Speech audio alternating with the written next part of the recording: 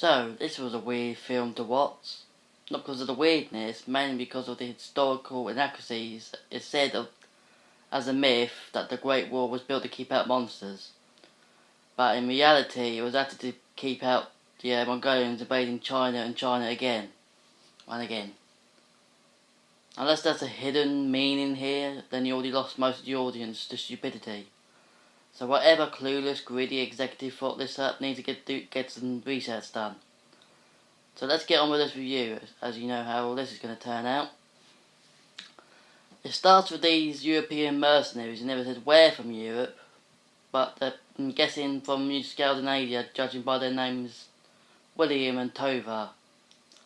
They are searching for black powder for trading reasons, so they come across this strange creature and kill it, but they just simply move on from that and don't think otherwise about what they just saw. They come across the Great Wall where they meet a secret order called the Nameless Order. So the irony and lack of creativity there. They captured the two and bring him to Commander Ling, Strategist Wang and Commandant General Shao, who run the order. And by the way, AAA name creation there. But Commander Ling only seems to be the thought-out character of this entire movie. Matt Damon just comes across as a bland hero with no reason to do so, and the rest of the Chinese characters being bland, terrible, to fall into the honourable and typical Chinese stereotypes with no character development. Especially for General Shao, who we get to in a bit.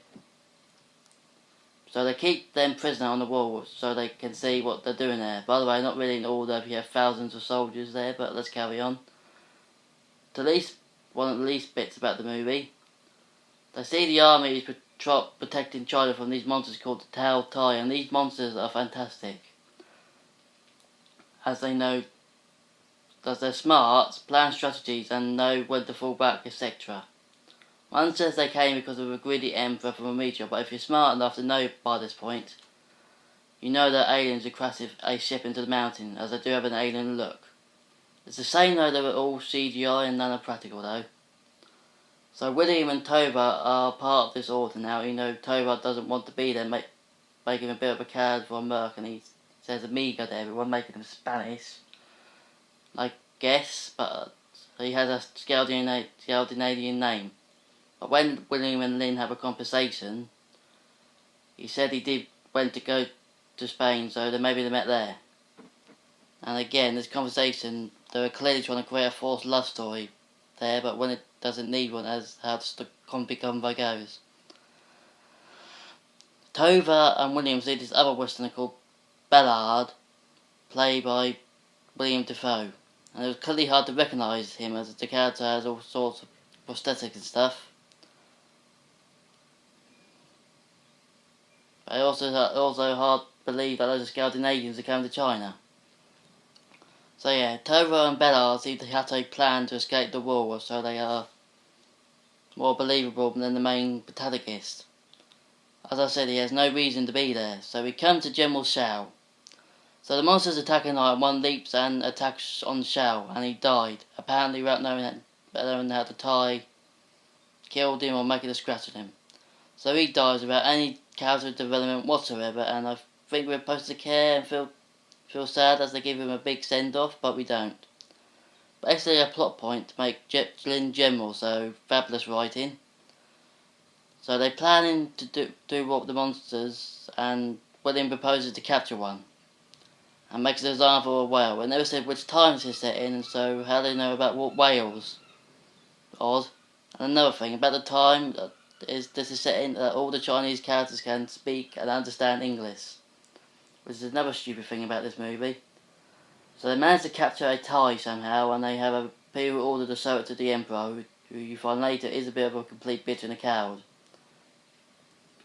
So they send off this Thai to the imperial city. Meanwhile, Ballard and Tova are stealing what I think is black powder from the vaults, and William, having a change of heart, tries to stop them, but gets knocked out, and we know how this is going to go.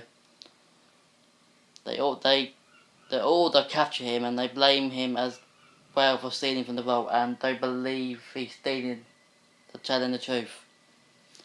Classic and sissy cliche, as that normally happens in every movie. But the soldier he saved, who everyone hates as he's weak, said he did try to stop him. And they automatically believe him, making that whole scene pointless, eh? And basically to move the plot forward. Yeah, okay. So they let him as the telltale made over the wall and headed for the Imperial City. William takes Wayne and the weak soldier for some reason to help Lynn. This whole part is very anticlimactic as it all takes to kill every monster to kill the Queen.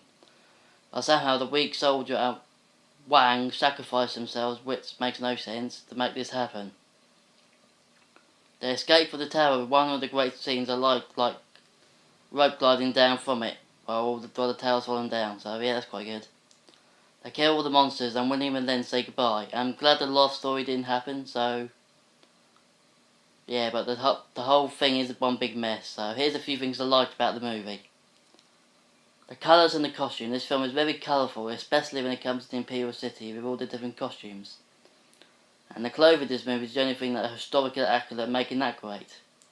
Some of the action scenes what I liked is where Lynn and her bodyguards are doing acrobatic fighting with the tie, and those stunts are impressive. The other one I mentioned was the rope gliding from the tower while it was falling and being destroyed by the tie. The other action scenes where they captured the tie and they had to kill the others going through the mist, so yeah. Some good scenes, but you know, loads of bad scenes. So should you see it? It's up to you. You know, I mentioned the good stuff, but it won't matter with the rest of the film. It's wrong. Bad casting. You know, Matt Damon can be a great actor, as you've seen in his previous movies, like the Bourne movies, and there were bad casts as well. Basically, writing went, you know, south with all the characters, and there's many stupid plot points and scenes. But as I said, it's up to you, and I'm just reviewing. But as it's my opinion, don't go see it. Go see John Wick 2, Split, or Lego Batman. You may enjoy them, but otherwise go see this if you wish. And my rating for them is a 5 out of 10.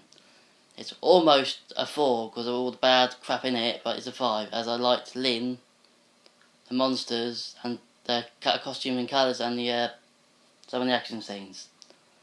So yeah, but overall it is a crap movie. I don't know why they decided to make this, but you know, money I guess. So, hope you enjoyed this review. My next review will be Logan next Monday, and probably Dragon Ball Z and Samurai Jack. So yeah, hope you enjoyed this. Like and subscribe. I will be doing Horizon Zero Dawn later. So yeah, hope you enjoyed this, and see you later. Toodles.